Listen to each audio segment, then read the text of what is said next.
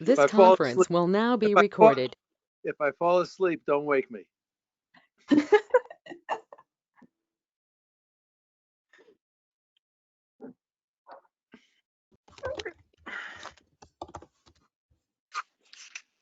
I think we have everybody. We have 1, 2, 3, 4, 5, 7. The only one we're missing is Chris. And what's going on with him? So, why don't we start?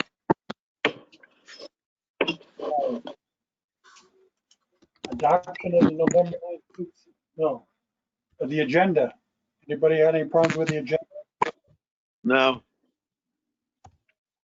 Somebody move to accept that? So moved. I'll second. All in favor? Aye. Aye. Anyone Aye. opposed? All right. We don't have anybody else from outside, so I don't think public expression. Minutes from October meeting. I'll make a motion to accept minutes. Second. All in favor? Aye. Any opposition? Second. All right. Manifest number 6, we'll start there. Right. Did everybody get the manifest? Okay. I did. Okay. All right. So just some of the couple of things that we have on there that's bigger items. We have our Linda Learning Database that you see that's up for renewal. That's $2,500. And we have our Mango Languages Database up for renewal. That's $2,320. So I wanted to let you know those are supposed to renew. And we did get the installation of our new network video recorder that we talked about from Century. So that's working well. Cameras are improved. We can see things a little bit better on our monitors. So we're happy for that. And it's going to allow us the ability to view the camera footage remotely. And so we're working to set that up. So if we do have an alarm goes off in the middle of the night and Century calls and says there's an alarm that went off, we'll be able to at least remotely look at the cameras instead of coming in kind of blind and know, hey, there's somebody under the stairs or something and they have a weapon or something. So we can see somebody, got spooked maybe and left. So that'll be good. Other than that, everything looks okay. I know the manifest I sent you had asterisk for the Excelis active plan bill, but that came in today and it is the right amount, so there's no problem there. So all the numbers that are on the manifest are correct. And yeah, that's all I have. Did anybody have any questions? I think I know the answer to this, but patrons can use, I know they can use Mango because it's an app, and people use Linda Learning remotely also. So Yeah. I think it's worth it more than ever to pay for these services, even though they're a little costly, because there's some of our services that are useful and patrons can use when they're not at the library. So, Right. yeah. So I know in the past we've talked about those a little bit. They're kind of a bill, but I think it's now really worth having. It's something we've really established in the library, and so obviously with these times, any kind of technology that's digital access for patrons is important. So I was just curious about the Corning Museum of Glass water service. What's that? Oh, I'm sorry, I see that. That's a mistake. Thank you. That should say museum passes. It must have got that makes more sense. must have got that copied was some twice. fancy water. Yeah, no. That's a typo there, so I'll have to fix that. But those are for museum passes that we also let our patrons check out when they go to the museum class. So very popular when people can check them out. Any other questions? Good catch. There are 2 copy releases? Yep, there were 2. One was for last month. We got the bill after our meeting, the day after our meeting last month, and then, next month. So The one reason the difference in prices is we got charged a late fee. The bill got sent out to the village and it must not have got sent to them in time. So they tagged on a small fee there. So normally it's the $197.34. So any other questions? Nope. Anybody? No more questions. I'll Somebody make a want to, motion to accept the manifest. I'll second it. Move. all in favor? I'll make a motion. Aye. Any opposed? Aye. Okay. You got the manifest taken care of. Financial report. Okay, talk about the revenues. Again, thank you, Emily, for looking at that last month. Our fax money, we thought was a lot higher of a number, but it wasn't. So, yeah, it's our revenues are lower. And again, we've got some state aid money that came in. Our LSSA money, and that's the $7,300 at the bottom there.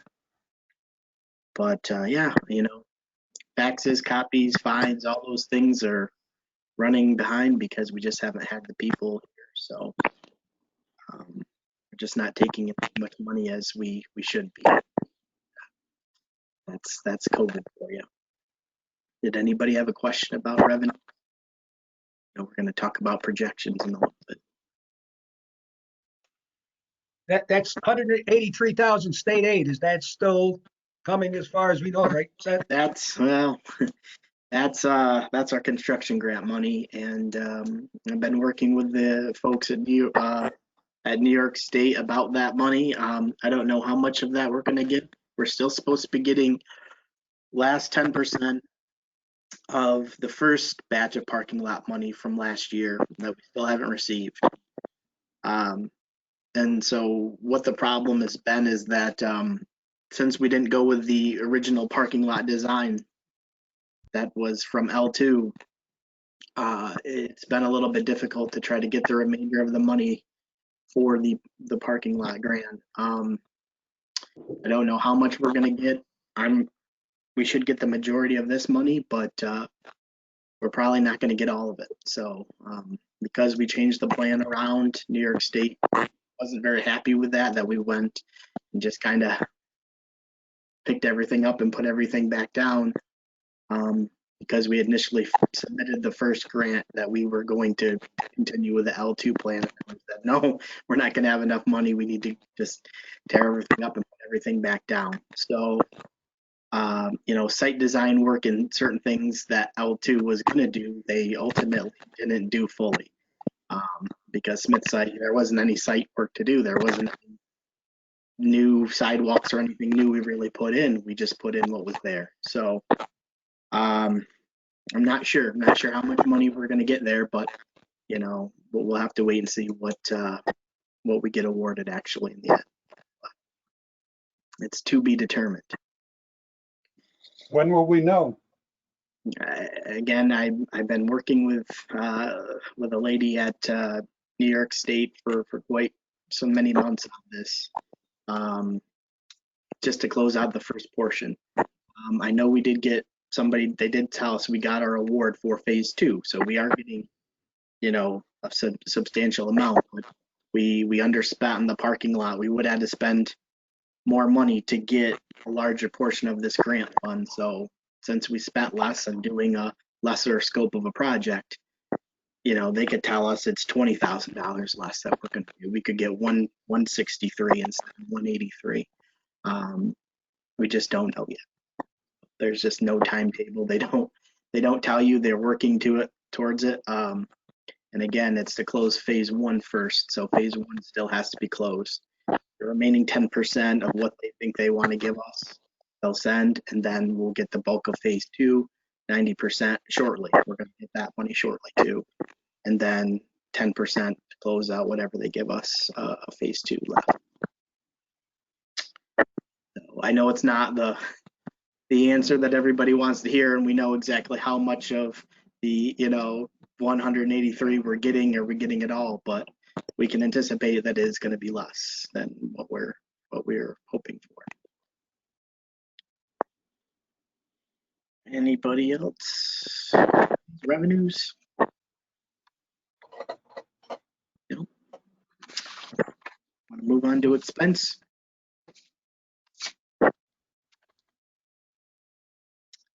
So did everybody get a chance to look at the expense report?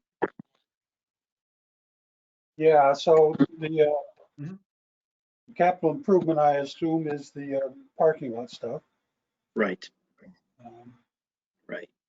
You know, and that's not what we actually spent, of course, you know, because of the grants that we got the money last year. And again, what we're going to anticipate in the 183,000, what we're going to get there. What we really have spent overall is 46,000. That's what we've spent this year. Of course, we did spend the architect fees, but that was previous years. So $46,537.50. That's what's really come out of our account this year. So it looks like a large number, but it's not. But did we spend the 433? We've spent the 433, right? We spent that, but again, that's less the grant amounts that we're going to be getting. What we got last year in phase 1 of the construction grant, and what we're anticipating that 183 phase 2 money coming. So when you look at it, it's not really. We didn't really spend 433,000. We came out, but money's coming back in to pay for that, right? So what the true cost of actually went out of our bank account after all the grant money has come in would be the 46,000. That Chris? Yep. Yeah, this is Chris. Just connected. Okay.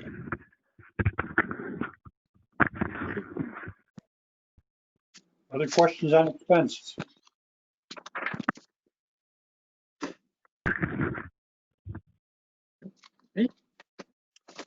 Great. Motion to accept financial report? So moved. Second? I'll second. All in favor? Aye. Brian. Any opposed?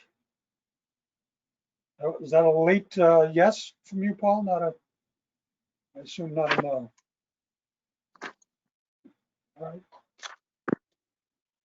Whole business. Okay, so In-person service. so in-person service obviously was yesterday. Governor Cuomo lifted the yellow zone restriction. I talked with other library directors at a meeting, and they were initially thinking the 30th of the month to try to return potentially if we were out of the yellow zone. But today, some of the directors said they're going to try to start as early as Monday to do some appointment-based return to service. So, you know, I would think we would try to maybe Monday to go back to what we were doing before we closed down here the first time, and do like a 20-person limit and, you know, 30-minute time limit for people to be in the library. So that's what I would propose. What do you guys think about that? That sounds reasonable if you're comfortable with that. Yeah, I Until it think changes again. Sounds good to me. I think we are prepared. Obviously, it's not our first time around. You know, everything's in place. Barriers are there. So, you know, Monday the 23rd here, we would start to go back to in-person services until something else happens. Sounds okay to everybody? We'll do that. Sounds good. Sounds good. Open the doors.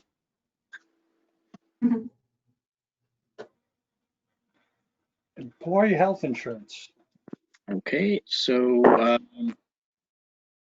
I don't know if we have that plan that we need to talk about at all. Joe, I don't know if you want to talk about What? modifying it or what we were going to do. Yeah. We're talking about the Nancy site situation. Well, where just in general, just employees to be able to join it upon 65 being able to join the Medicare Advantage plan. I know we had said yes that employees were going to be able to do it, and I know we just had to kind of change the policy around. Is that something we want to discuss at this meeting, or do we want to work on that more? Well, yeah, I think we have two things to discuss here. One, the change to the policy, which I made a proposal, sent it to you, Seth. It looked to me like there were 3 plans. Just the two. Just the two. Yeah. Over 65 thing. And you said no. And I thought you had changed my write-up. But as I looked at it today, it looks the same as what I sent.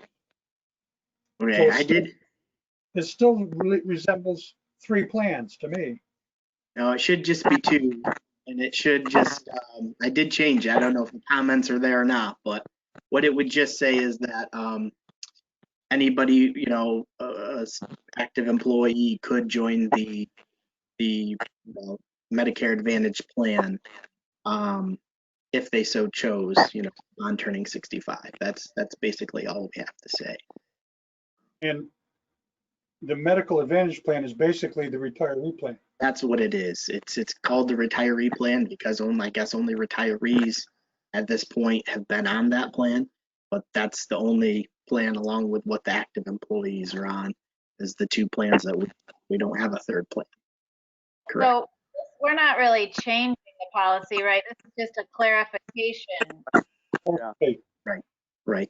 We're clarifying that, you basically you don't have to be retired, or if that was the thought that you had to be 65 and retired to be able to join the Medicare Advantage plan, that's not the case. Any employee who's 65 or older, whether they're retired or their current employee or retired employee, they can join that plan. Yeah, so Seth, should our So this policy is, be yeah, this is, that once somebody turns 65, if they're still working, they automatically See, go that was into the Medicare Advantage plan? We should just do it. well Be that proactive and just do it. that was the what I commented for Joe on the policy, that I don't think it should be a requirement. Somebody should still be able to choose, right? If I'm on an active plan, and I turn 65, if I want to stay on the regular active plan, I like it. I don't want to go onto the Medicare Advantage plan. Want to keep that plan, I should be able to keep that. Well, I mean, that's my thought. But so we give somebody the option that they could. But the active plan costs the library a lot more money. Correct. Right. Medicare Advantage plan costs us a lot less. And I think when you're 65, you automatically go into the benefits of that because it saves a lot of money and it's a good plan. It's a good plan. I don't think there should be a choice on that. When you're 65, you go into Medicare Advantage. Yeah, I agree with that. That makes And sense. we should just do it automatically. Yes, that makes perfect sense. So that's all we'd have to change to. Medicare is the, yeah, this is Chris. I understand it, and Jeff can correct me if I don't have all the details right, but Medicare is the payer of first resort for everybody over 65. I mean, whatever other insurance you have is always going to defer to Medicare to pay first, right? There are a few exceptions, but in general, yes. If you have the Medicare, yes. Okay. There are some people who work and don't take the Medicare, but that's not usual. But I agree with Paul. That's the Yeah, I smarter didn't know way. if signing up. The smarter way is I didn't know if automatically. signing up for Medicare was optional. Yeah, Medicare Advantage, which is an excellent plan. They're not sacrificing anything. I mean, Nancy is still going to have to pay a Medicare premium like everybody in the world, everybody in America that's 65. She's going to have to pay a Medicare premium. But I guess what we're saying is what she paid was higher than she would have to pay. This will be the only thing we'll have to talk about tonight with regard. Like maybe the question is, instead of reimbursing her what she paid, Yeah, in other words, I don't know that we would reimburse her for the entire amount that she paid to Medicare. I think what we'd have to say is, if she were on the Medicare Advantage plan with us, what would she pay Medicare? And if the $378 she paid is $200 more than she would have paid if she were on the Medicare plan, if we're going to talk about reimbursing her, we reimburse her the difference. Because on the Medicare Advantage plan, everybody pays Medicare. It comes right out of your, I think it comes right out of your Social Security or whatever. Yeah, if you I think that's the way it works. if you would withdraw, If you're taking Social taking Social Security. Security, and that's the point that she's not. But I don't. Yeah. So, so that was just the policy issue. Nothing else to go into executive session or anything yet. If you want to talk about that later. So we want to change the Seth, policy. this is Chris. Yes. Seth, this is Chris. Is there language for the? Is there proposed language for the change in our policy somewhere that I'm missing? Joe and I were working on something, but there was a little bit of confusion whether there was 2 or 3 policies, and I had sent back some policy language to Joe, but I guess we never really got back to it too. So we kind of just understood recently what's going on here, what we were just talking about. So it is only the 2 plans, active plan, the Medicare Advantage plan. We would just have to change the language. I would like to see what language we're going to put in the Right. Yeah. what language we're voting on. Yes. We Yeah. need to see that. That's fine. Again, I made comments to the policy manual, but we'll have to retouch on that then and get it exactly fleshed out to what we just kind of said, that upon an active employee turning 65, they would automatically join the Medicare Advantage plan. They'd be moved off of that plan if that's what they wanted to do. It wouldn't be a choice that you could choose. You would already automatically do that. The other thing would be that, yeah, we would have to say that they would, even maybe if they weren't on any insurance, they weren't on an active plan initially, and they turned 65 and they wanted to join the plan again, that they could join the plan. So that might be something we'd have to work in. So say I'm an active employee, I don't take any type of insurance, I don't have that. I'm 65 now, and I say I'd like to get on the Advantage Medicare plan, that would be okay. Chris, I sent out the. I mean, is That would Medicare, seem okay to me. I mean, that's not voluntary, I'm assuming. In other words, I think to be on the Medicare Advantage, you have to have basic Medicare to get on Medicare Advantage. So the question is, when you're hit 65, do you automatically get Medicare? Yeah, you'd be on Medicare, but whether you have to take this plan, get on our plan or not, that's irrelevant. You don't have to get on our plan. You could choose Choice to. of the Advantage plan or nothing, not the Advantage plan or current active employee plan. That's not a choice. Right. No, it should be, because the Medicare Advantage plan doesn't cost them anything. They don't have to pay anything for that. Right. They're not paying anything, right? Yeah. Unless that was something that was to be discussed. So So that should just be automatic, I think. it can be. It's up to you guys. Again, whether there's somebody. The only way, the only place I could see where that could be a problem, yeah, where that could be a problem, if somebody somehow was 65 and they still had dependents, or maybe a spouse or children, the Medicare Advantage plan just covers the individual. So I guess that would raise the question, if somebody had a family plan, No, those are all and they turned individual 65 plans. and they still had a spouse that was a dependent or a children, Medicare Advantage plan is strictly a single plan for that person. What happens to their dependents? Then, and maybe in that case, they would have to go back on our employee plan to cover their dependents. We will rewrite the suggested change and send it back out. Right. Now, Yeah. I guess. And when we do that, let's make sure we when we do that. I mean, that's great. We need to see it in writing, memorialize exactly what we're voting on. And when we write it, when it's written, and when we talk about it, let's stop. Let's refer to something else other than the retiree plan. It just gets confusing. We got to name it something else. It's the Medicare Advantage plan. Advantage plan. That's what it's called. Yeah. Yeah, just call it that. Yeah, so that's what we'll refer to it as. Right. Yes, yes. All right. We have a better focus now of what we're looking for. So we'll get that written up and get it back out to you guys for December's meeting. You want to go into new business? But that Well, brings us hang on. back to Nancy. Oh, we can talk about that if you guys want to talk about that, and if you want to do like an executive session for that, or because it's a I think we need an person. Yeah, I wouldn't. Yeah, I wouldn't talk about that here if we can avoid it. Hang on a second. Why do we have to go to executive session? Because We're it's not a talking about performance. We're not talking about salary. We're talking about medical benefits of a specific person, unless we're talking about in general terminology or just the employee plan overall. But if we're going to talk about for one specific person what we're doing, that's probably the right goal. I don't know. I don't know as much about executive as Chris, but I don't think an executive session. This is pretty straightforward, one-time issue, right? I don't know. In the end, It may in be the an end, expense, an if expense payment, just like a travel expense or something.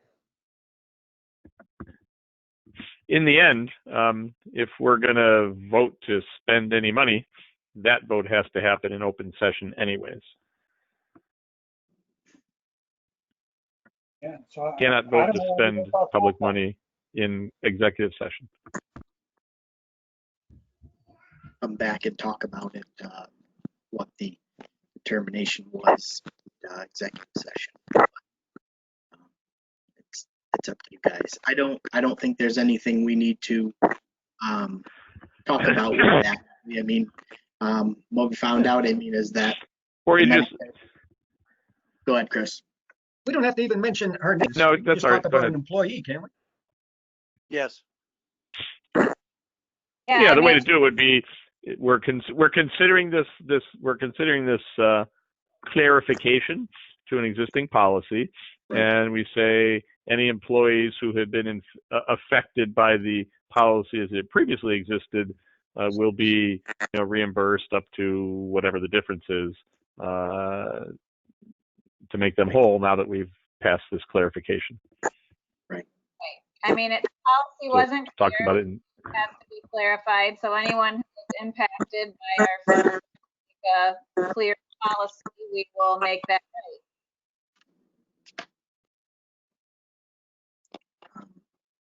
So what are your So guys' we just talked thoughts? about it generically.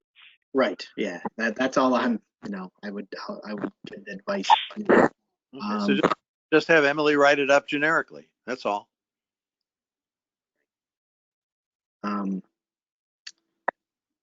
So Medicare Part B cost for anybody who gets onto Medicare, obviously has to have Medicare Part B. Is this something you guys want to, like I said, reimburse a staff member for some of those costs? I would say anybody impacted and could be reimbursed for the difference of, what it would have been had the policy been clearer, and they would have been able to do what we really intended, which was go right to the Medicare Advantage plan at 65.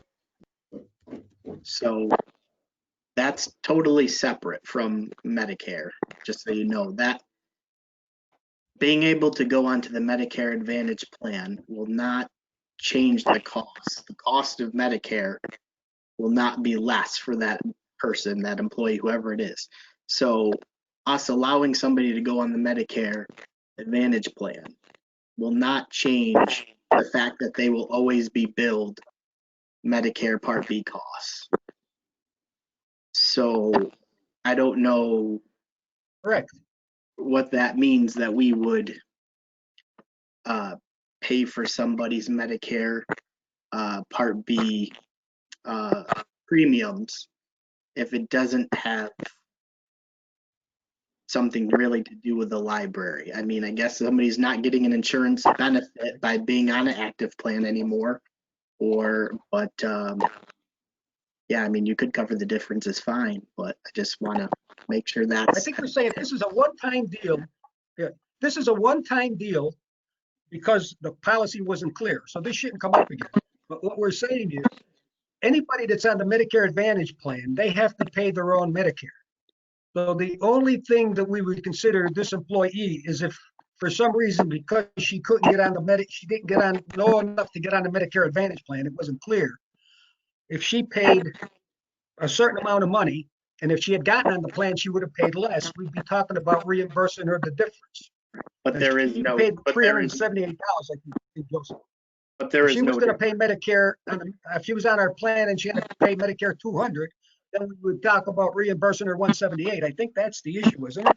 right? But that's not the case, right? So like I said, it wouldn't matter if anybody was on an active plan or was Because you on have a to pay Medicare out of your own you have to pocket no matter what. right, out of your own pocket. So there's no really a reimbursement that should probably.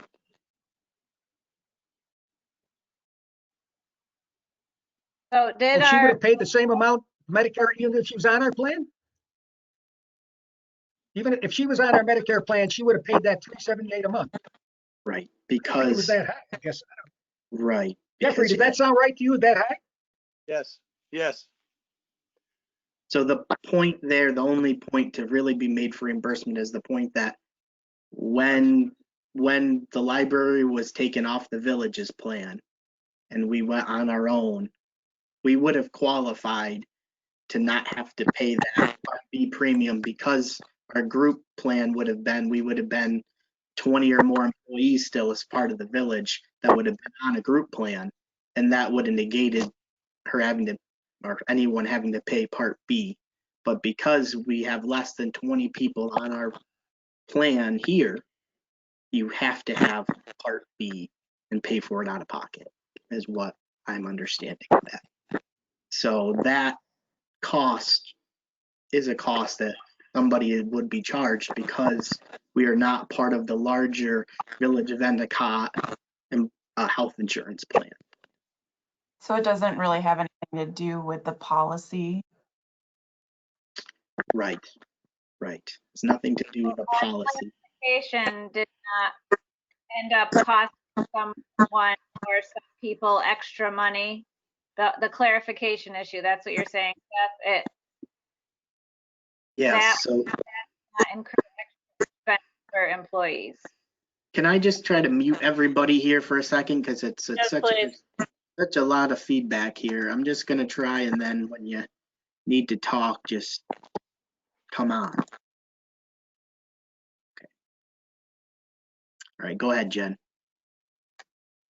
Just to clarify, what you're saying is our lack of a clear policy, which we're going to be fixing relatively soon, that did not cause anyone who works for the library to incur additional expenses that they wouldn't have already had if they had followed our policy, if it had been clearer. That's what you're saying?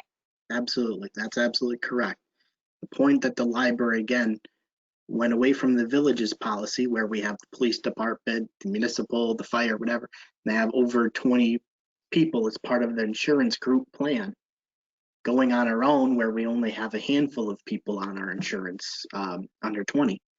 That created a chasm, whatever you want to call it, reaction where we have to have, somebody has to pay Part B because we're not part of that larger group plan. So going on our own did cause that premium for a said person, or will. So now everybody who is working here at the library will always have to pay Part B, which they wouldn't have. So that is the only part that you could say that somebody who was a employee prior to the change of us going on our own insurance plan, we could reimburse that cost of Part B because through no fault of their own, they are now stuck with that premium cost. That makes sense. But that cost will continue to be a cost from here on out, right? It's not a temporary thing. Correct. Yep. Absolutely.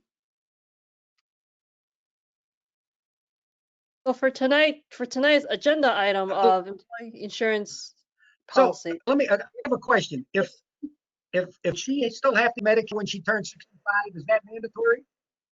Say that again, Paul. You broke up a little bit.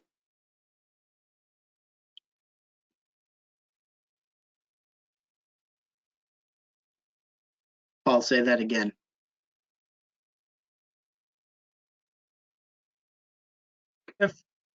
If we had kept Nancy on the employee plan, if we said, if you're still working as an employee, we're going to keep you on the employee plan, would she still have to join Medicare and pay that premium at 65?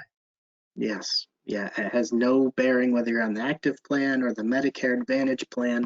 You still have to pay Medicare Part B because you have to. You have to have Part B. So she's not getting away from that no matter what. Correct. No. All right. So she has to get that Medicare no matter what plan she was on. So we're taking the right course here.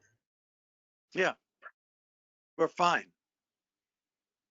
So it doesn't matter.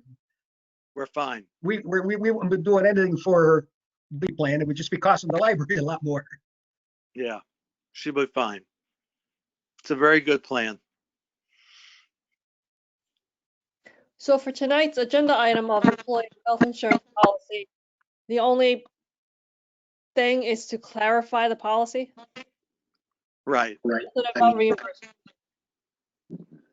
we could talk about that in generalities of, but there's nothing unless the board wants to refund somebody a part of their Medicare Part B and set that precedent that anybody who's 65 and working, we're going to pay for their portion of their Medicare Part B premiums. That would be the only thing we could talk about. But that's a separate issue. It's a That's separate not- issue. Correct. Let's not talk about that. Okay. Let's waive that. Okay. Budget projections. Mute yourself. You're muted still. Do that. What'd you say, Jen? I was telling Joe to unmute himself. All right, so what you're telling us is there's no discussion over reimbursements that we need to have. Correct. And so now there's Part B, they're paying for it. And there's this medical advantage plan also.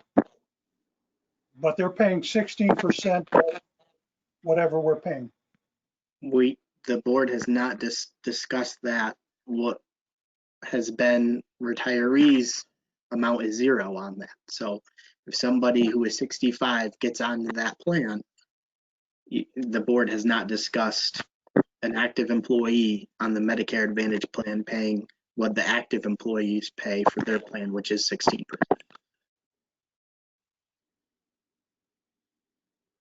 So that would be part of the policy that says, you can be 65. We're telling you, you have to go on the plan at 65 if you're still active. Go on to the Medicare Advantage plan, and you would either pay zero or you would pay the same percent as active employees percentage. Does that make sense? No, they wouldn't pay with the active employees. They just go on the Medicare Advantage plan and they don't pay anything. They just pay their Medicare charges. That's all it is. That's the way it exists today. And we're not asking to change that. That'd be good. All All right, right. Okay. that was a lot easier than I thought. Okay. New business? Okay. Let me just look at something here.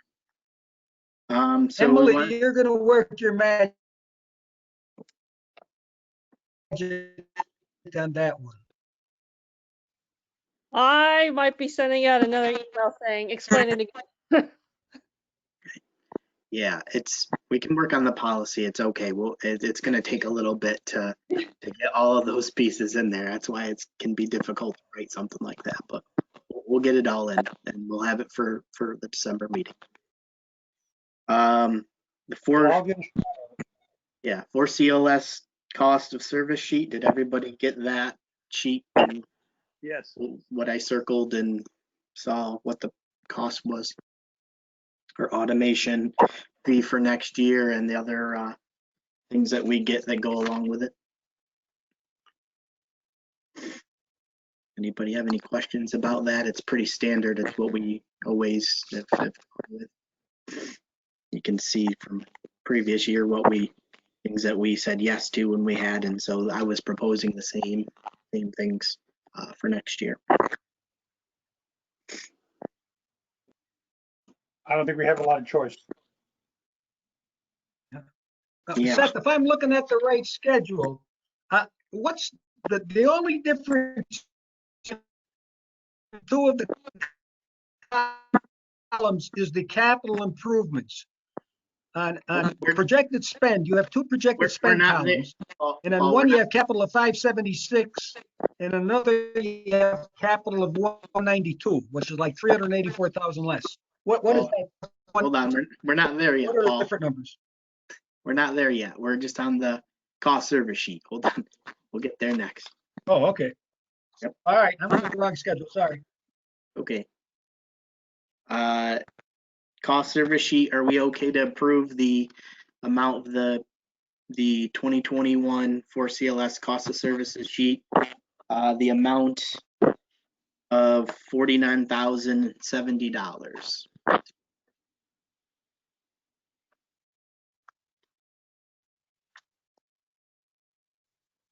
Does somebody want to make a motion to accept that? So moved. I'll Okay. second. Okay. All in favor? Aye. Aye. I didn't hear the motion, I'm sorry. I didn't hear the motion. You broke up.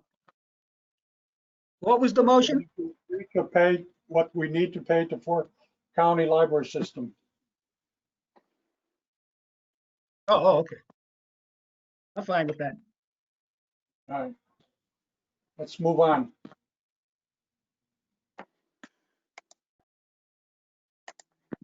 Okay. Budget projections. All right. What did you guys want to talk about? Did you get a chance to look at those?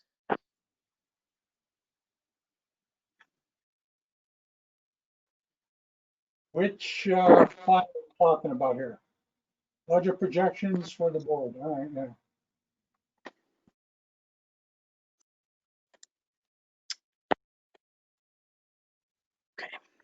I guess that's my question on those two numbers, Seth. Go ahead. What was the numbers? The capital improvements.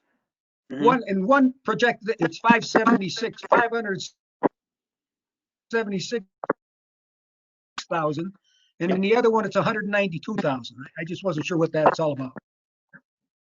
And those two columns, projection. That's what we're actually going to spend. That's the money with the parking lot that we've already spent out, and then the 143,000 that we're going to spend for the roof in March.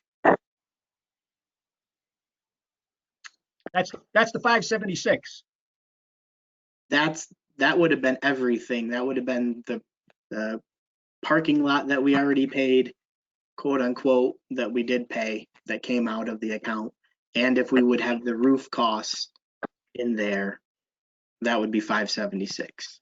What the 192 does is take out what we're actually going to spend after grants are That's the factored. 576,000?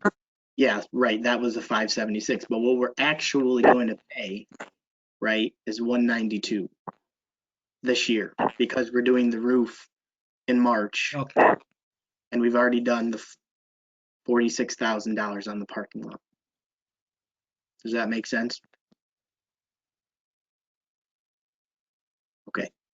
Yeah. So the G column is really the column. right. Yes. I mean, again, why it looks like 1,200%. We didn't really go 1,200% for budget. It's just putting it in there so we actually say, well, yeah, that money did come out of our account. Once we get all of our grant money and things coming back in, it doesn't look like that. So, you know, looking And at, are we gonna get more back on the 192? yeah, did I explain that to, I just explained that to you. The 192 is the cost of what we've already paid. That's the real cost, 192. We anticipated we were going to spend 46,000 because that's what the cost of the parking lot is going to be. When we've added in the 143 for the infrared tests, $1,500 plus the 142,082 for what we'll pay in March for the roof. Get that done. That money's going to come out before we ever get any type of grants, obviously, for the roof. That'll be fall of next year. That's where the 192 is coming from. But okay, but we'll get some of that 192. Hopefully, we'll get reimbursed from the state in the grant, correct? Right. All's we're paying really will be 35,000 for the roof and the 46,000 that we paid for the parking lot. So that's the total amount that we've paid for capital improvement. Mm-hmm. Yep.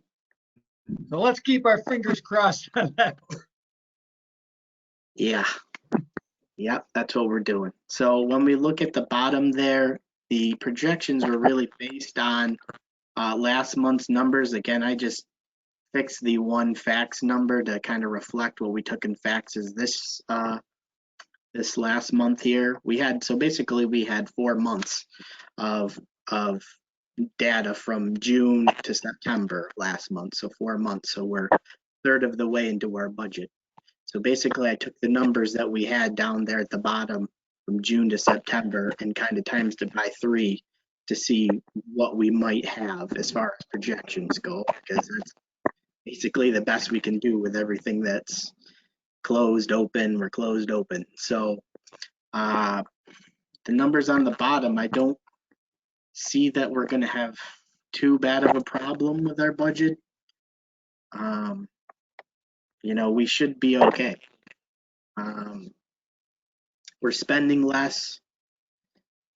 If we get all of the money we believe we're going to get from capital improvement from the parking lot, we should be okay. But obviously, if we don't get that money, we might be in a little bit more trouble. So, those two profit and loss numbers are kind of reflective of that. Did anybody have a question about it or concerns?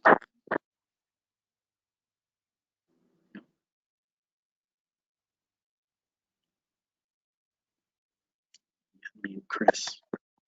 Let me just unmute Chris for a second. This is for information. We'll vote on this. No, there's no vote on this. This was just to get a baseline of what we think is kind of going on here with the numbers. Again, you know, not taking fines in, not taking all those things, you know, are going to affect our budget and our bottom line. That's absolutely true, but that's why, you know, I would tell you that we never budget with fine money or, you know, anything like that. That is really important to us being dependent on that money, because instances like this happen or things happen and you take in less money and then, wow, we really needed that money to stay, you know, in the black, and that's not what we ever want. So, you know, when we project budgets and things and going for increases, you should look at that as something that's separate or extra and not something that you need. Make sure you ask for enough money in the tax levy increases. Okay. Unless anybody has any questions, let's move on, because this thing needs study, I think, and you're going to chew on it for a while. Yep. So, okay. Anybody has questions? All right, let's move on. Okay. Non-res fee. So in one of our directors' meetings, it was brought up by Paul, the director of Vestal. He would like to decrease the non-residence fee that non-residents pay. And so he was proposing to bring it down from $50 what Tioga County residents pay to $25 or $50. And so that is exactly what I sent you. Would be kind of how many patrons we would need to kind of make up that deficit. Let me see here. I'm not familiar with how that fee applies and how that works. Could you just mini overview? Yeah, absolutely. If you're obviously a Broome County resident, you can get a library card. It doesn't cost you anything. You can get a card. If you are a Tioga County patron and you want to use the library for a year, we have a non-resident fee that you have to pay $50 a year to use the library. And we obviously, you see the revenue. We have a certain amount of people who do use the library. Let's see if I compare that again. And, you know, so this is what we charge. It was, I think in 2004, it was a certain amount. And then it was 25. And then I think the library board raised it up to $50 to kind of go coincide with what taxpayers pay when we go for the funding increase based on, you know, people's taxes, what the median was for people. So again, there's discussion on fines and fees in libraries, that it creates certain barriers for people to be able to use a library. And so I think Paul's idea was to try to kind of cut that fee in half and try to get more maybe Tioga County people to use our library by having the fee be less. The other library directors, as far as Ben at YHPL and as far as Josiah at BCPL, have no problem. Yeah, Dr. Ryan's still muted. Hold on 1 second. Okay. Hello. Hello, yeah, so now you can hear me all right, hopefully? Yeah, we can hear you all right. Okay, yeah, so it wasn't that long ago that we increased the fee from 25 to 50 to coincide with a tax increase that our voters supported. All the other libraries, I think we did it jointly, right, for up to $50. Right. And I think it would send a very bad message to the people who vote for our ballot initiative and who did so just last year, that we're going to cut the fee for people outside. We're going to cut the fee for the people in Tioga County, but we aren't planning any tax decrease for the people in Town and Union who voted for us. So I think that would send a bad message. So there's another way to look at that. And that's a very valid point. What I've told people, they've said, yeah, well, what about people who pay Town and Union tax? They pay more, and now you're saying Tioga County people, they're only going to have to pay like $25. Total valid argument, and I'm not going to say I'm for one way or another, because I really don't have skin in the game. Well, I do, as a taxpayer, but yeah, it's the point that there are some Broome County residents, of course, you could live here, you could rent, and you could still get a library card and pay $0 as well. So the point, that argument that I've heard is that, well, at least every Tioga County person who comes to use our library and services are paying something. Well, renters pay. They're paying their rent to the landlord, and the landlord is paying the property taxes. Yeah. I would guess that the typical Broome County person is paying at least $50 in their taxes to support the library. And we would want to cut that rate in half for people outside. I agree with Chris. So that's fine. The other thing that I would tell you with that is that if the other directors do go forward, or other libraries go forward, not directors, other board members decide that the $25 or $20 is acceptable for Tioga County, we would be at a bit of a risk of losing maybe all the revenue or a large portion of the revenue that we have taken in previous years, because there'd be no reason for anybody to come to George F. Johnson to get a non-resident library card, I would just go to Vestal, or I would go to Johnson City, or go to BCPL. And so we would kind of be an odd man out in that situation. So I just want to bring that up to you. Yeah, I would think that the JC board would feel similar to how I do, because they are dependent on the goodwill of the voters in the town of Union. And do they want to explain to the voters who supported a tax increase last year, do they want to explain to those voters in the town of Union why they're cutting the fee for people outside the town of Union and even outside Broome County? Now, granted, the magnitude of the money is completely different. You know, we're talking a difference of $25 here, but the optics would be hard to explain. I mean, how's the JC board going to explain that to their people? That were, I just don't think that they would be on board for it either. And if they are on board for it, I don't think they understand. What I think Ben believes is that I don't, again, what their optics are. I think he believes that their board will support it. The Tioga County non-resident fee is more Vestal, again, Vestal Library and our library, because again, we get the most Tioga County people coming over, is where Johnson City, Binghamton don't really get as many people. So again, it really affects Vestal and our library the most. And so, you know, if BCP again. Yeah, but I think if the JC board supports it, I think they're misguided.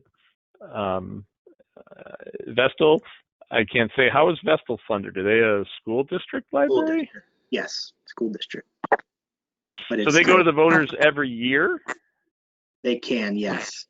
It appears on the school budget vote every year, does it not? If they're going school district library. If they're going for an increase.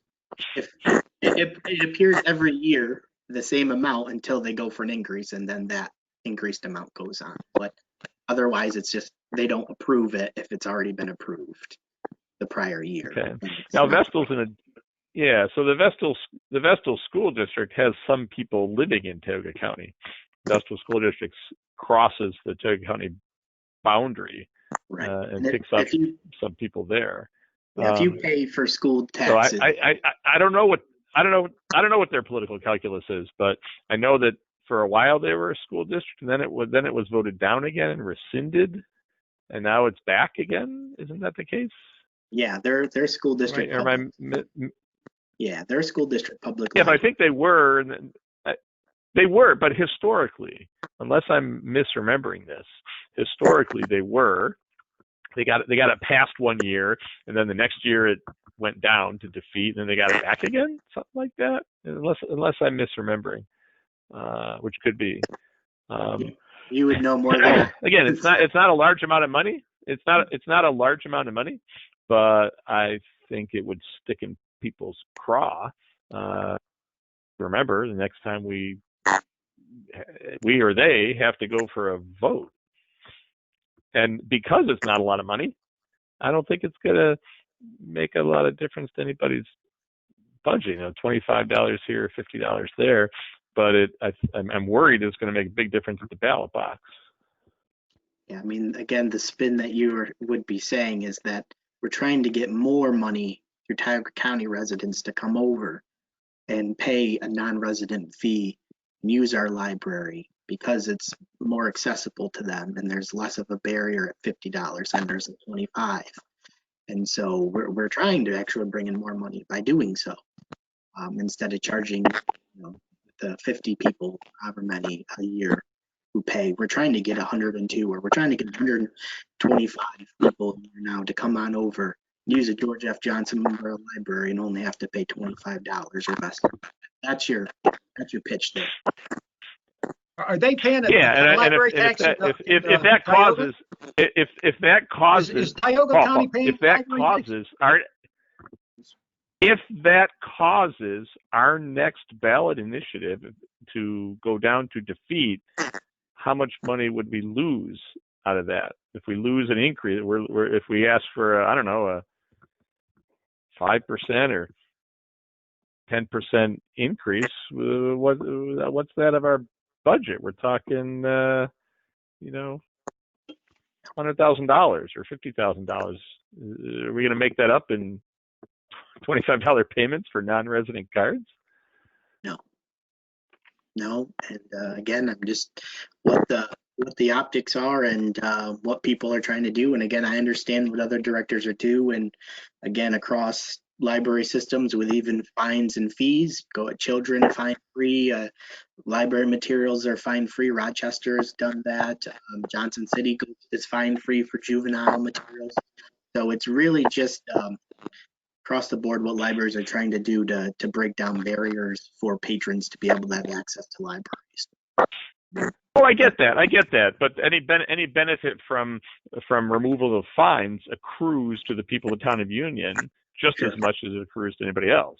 This is a benefit that would only accrue to people who don't vote on our ballot initiatives. Mm-hmm. Yep. So all I need to know is that the board would like to keep the fee the same regardless of what the other libraries do, and that's what we would do. Well, I would say that's at a minimum.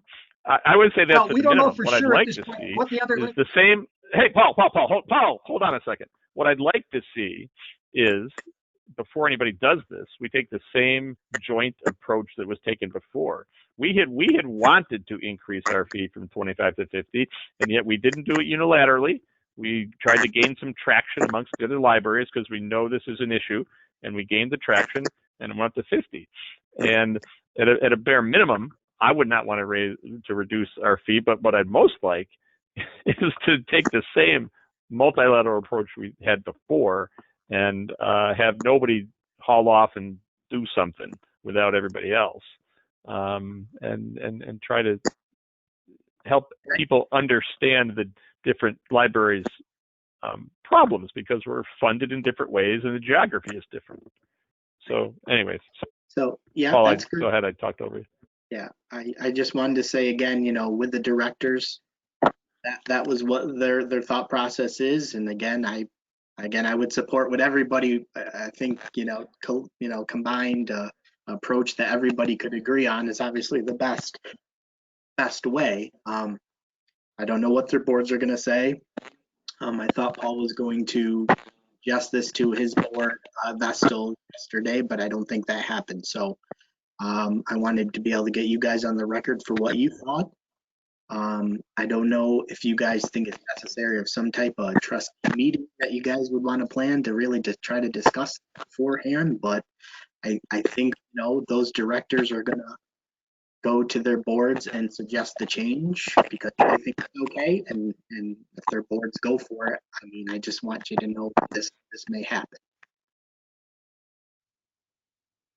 for them, not us. Go ahead, Paul. Well, it's not a done deal yet, right? It's not a done deal. It's not a done deal yet. And I would just say we should let's just revisit it again. If all the other libraries do it, we should probably just talk about it again one more time. Sounds fine to me. We don't know if they're going to do it at this point. You think they are, but they may not. Right.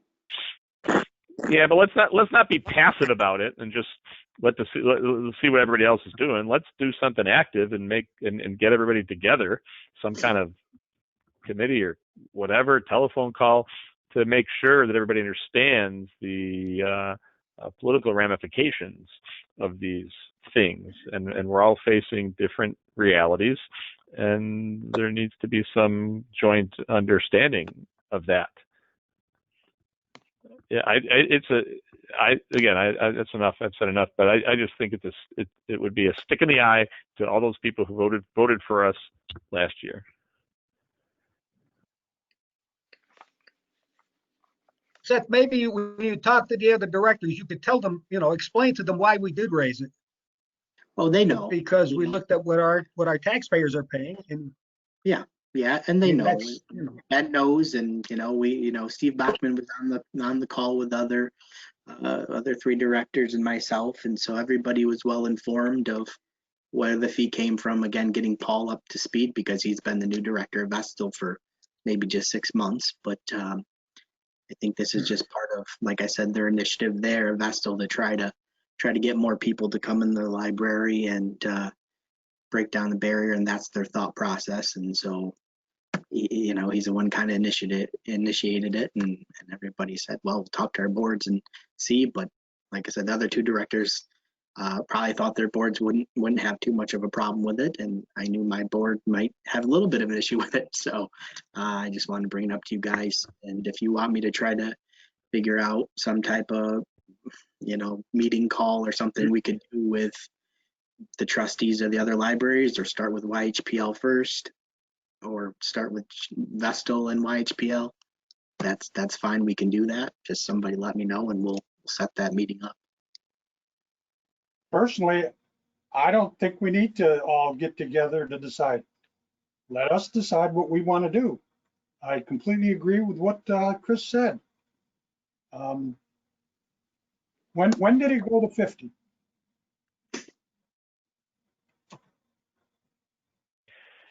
A couple of years back, I think, and it was, I can't remember exactly when, but our rationale was our rationale was exactly that we're asking the voters in the town of Union to commit more money to us, that we ought to do some proportionate increase for the people in Tioga County, and we did do it jointly. We understood that there could be a race to the bottom if we raised it to 50 unilaterally. People would just get their card at other libraries and still take out our materials, which is fine. We want people to take out materials, but we thought it made sense to do it collectively, since we're all part of this 4-county library system. But that was our rationale, was exactly that, because we called upon our voters to devote more money, give us more money, and they did. So we thought it only fair to ask the Tioga County residents to increase as well, because it had been $25 like forever. Through several of our votes, it had stayed static at $25, and that just made no sense to us. How did you pull off doing it collectively when you increased it? Like, was there? I think we just lobbied with the other involved library directors and boards. Not me personally, but must have been Ed. Somehow made the pitch.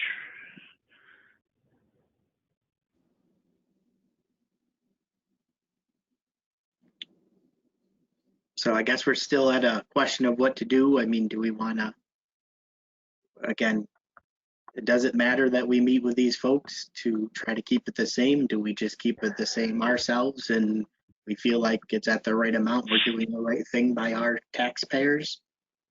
What does the board want to do? I would like to lobby with them not to lower it, and state our rationale and describe the history of this decision making that increased it, which was a collective thing. Maybe people are forgetting that, or there's been turnover or something. But then if they all decide to do it anyways, I'm with Joe. I would not lower ours. That's not right for the people who voted for us.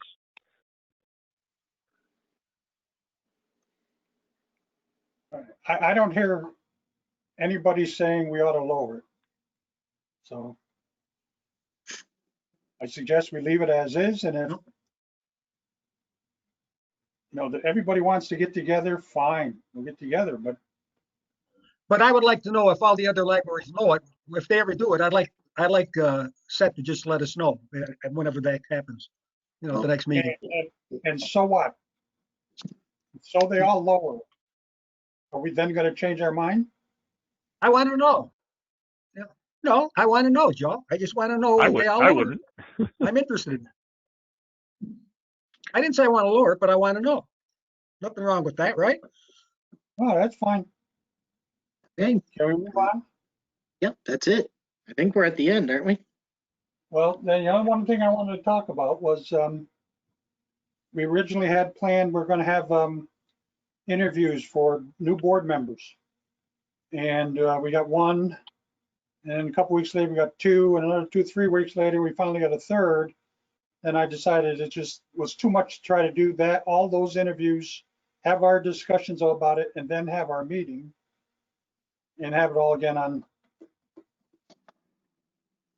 whatever we call this, not Zoom, whatever it is. And this is so much fun. Probably more than, so I suggest This is life now. It is fun. we hold it. I've asked Seth to set something up for December 3rd. Now, Seth can't make that, so there's a problem with somebody's got to be in control of the meeting, so he's not sure if how we're going to be able to handle that. So I can- tentatively, we're looking at the I 3rd. can do a Zoom or GoToMeeting or some, or a Zoom I or can, Google Meet. I can send you the meeting. I can send you the login credentials, Jen. That's not a problem. Okay, just- I'm happy to host. I Yeah. know how to Mhm. All right. Yep. I'll send Then- out the link just like normal. It's just, Jen, you'll have to log in. It's just our regular library, whatever login that I have, and then, you just start the meeting and that's it. Okay, I'd be glad to. All right, then we'll go at 7, one at 7, 7:30, and then at 8, I guess. Sounds good. Sounds good. All right. Could I Your just, motion- one more thing before we finish under other business quickly?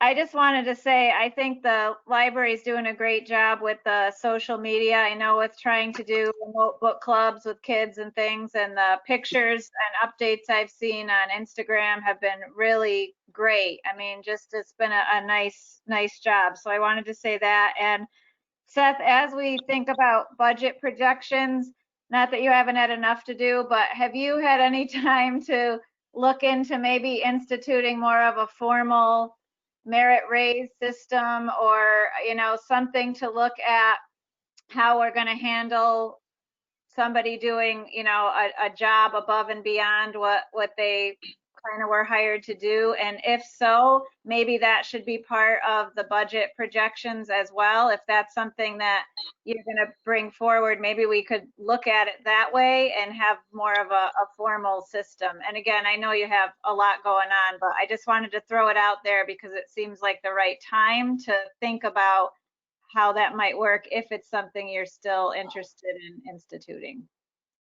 Yeah, I mean, I definitely can, I was thinking next month to just look at some different type of merit-based system, see what I found about how people kind of do it. I've never done any type of merit-based system before. I like it. I like the idea, again, that, there are people that do go above and beyond should possibly know that they can get something extra. So it could be something to look at. Maybe in December have a little bit more information on that, but obviously we'll figure it out before February, March, when we start talking about budgets for next year. So yeah, I also wanted to just throw a plug. Thank you, Jen, for mentioning staff. Early voting was by and large a large success. It's fabulous. I passed by it. We It was great. we had over 5,000 voters come in, and again, we did everything we could. We helped, bring people in, keep them in line, monitor how many people were downstairs. Just a real support effort by the staff, and it wouldn't have been the success that it was without them. So I see the staff, that's something to mention. They worked really hard, just being out there again, being on the door and things like that took away from time to be able to do other work. So while you have library work, well, now we're trying to have people come in and make sure people are socially distanced and safe, going out in the rain and seeing if people had absentee votes and they could go to the front of the line. So fantastic job. And I want to thank the board for supporting that. The Broome County Board of Elections people were very happy. And so I think we did a good service to our community by doing that. I wanted to vote early. I went down there 3 or 4 That's times. great. That's really There were great, lines. Seth. So I waited to the 3rd and I went to my normal polling place. I was in and out in 10 minutes. So You guys really did a good job. You took in a lot of votes. Tell everybody thanks. Yep. I have a motion to adjourn. So moved. So moved. Second? It's got to be a second. Second. There I see Joe's in. All in favor? Aye. I I'll was trying, second. All All right, right. All right. Aye. adjourn until the next time. All right. Good luck December on- 3rd. Yeah, it's on the 3rd. Have a good one. Send that stuff to you, Jen. Thank Have a you. good one, guys. Bye. good night. Aye.